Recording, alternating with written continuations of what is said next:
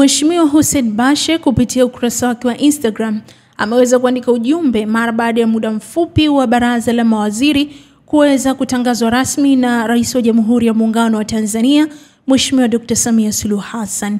Kupitia ukurasa wake wa Instagram, Mheshimiwa Hussein Bashe ameweza kuandika ujumbe unaosomeka kwa kusema: "Salam ndugu zangu, natumia nafasi hii kumshukuru Allah kwa kila jambo na kwa baraka zake katika safari yangu ya utumishi.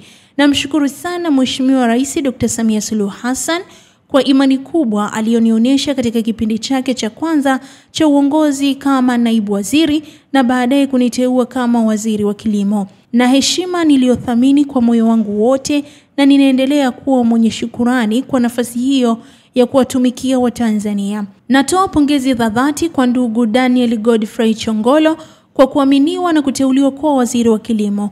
Namfahamu kama mkulima na mzalendo. Nina uhakika atamsaidia Mheshimiwa Rais kutimiza matarajio ya Watanzania.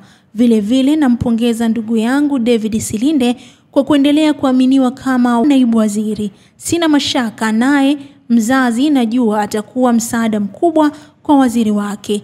Na washukuru pia watumishi wote wa Wizara ya Kilimo kwa ushirikiano wa hali ya juu mlionipa katika kipindi cha miaka 6.